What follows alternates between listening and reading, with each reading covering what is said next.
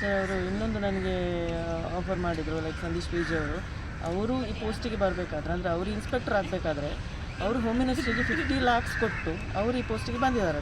So ನನಗೆ ಅವರು option ಕೊಟ್ಟಿದ್ದಾರೆ, ನೀನು ನನಗೆ 25 lakhs ಕೊಡು, ಇಲ್ಲ ನೀನು ನನ್ನ ಜೊತೆ ಮಲಗು. ಈ 2 ಆಪ್ಷನಲ್ಲಿ ಯಾವುದಾದ್ರೂ ಒಂದಕ್ಕೆ ಒಪ್ಪು.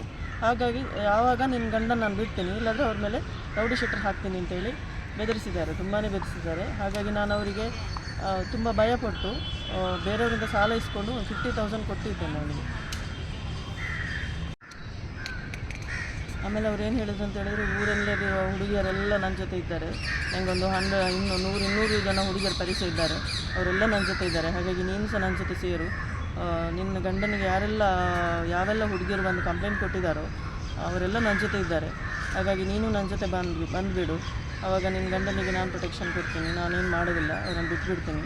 ಆ ಥರ ಎಲ್ಲ ಅರೆಸ್ಟ್ ಮಾಡ್ತಾರೆ. ಆಮೇಲೆ ಇನ್ನೊಂದು ವಿಚಾರ ಅಂತ ಹೇಳಿದರೆ, ಯಾರೋ 3-4 ಜನ ರೌಡಿ ಡ್ರಗ್ ಪೆಡ್ಲರ್ ಇದ್ದಾರೆ, ಅವ್ರ ಹತ್ರ ಹೇಳಿಸಿ ನಿನ್ನ ಮರ್ಯಾದೆ ಎಲ್ಲ ತೆಗಿತೀನಿ, ಊರಲ್ಲೆಲ್ಲ ಹೆಸರು ಹಾಳು ಮಾಡ್ತೀನಿ ಅಂತೇಳಿ ತುಂಬ ಹ್ಯಾರಾಸ್ ಮಾಡ್ತಿದ್ದಾರೆ ನಮ್ಮನ್ನು.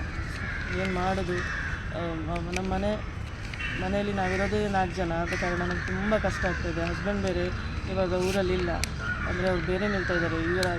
ಇವರ ಕಿರಿಕಿರಿಂದಾಗಿ ಅವ್ರಿಗೆ ಮನೇಲಿ ನಿಲ್ಲೋಕ್ಕೂ ಆಗ್ತಿಲ್ಲ, ತುಂಬ ಕಷ್ಟ ಕೊಡ್ತಿದ್ದಾರೆ ನಮಗೆ.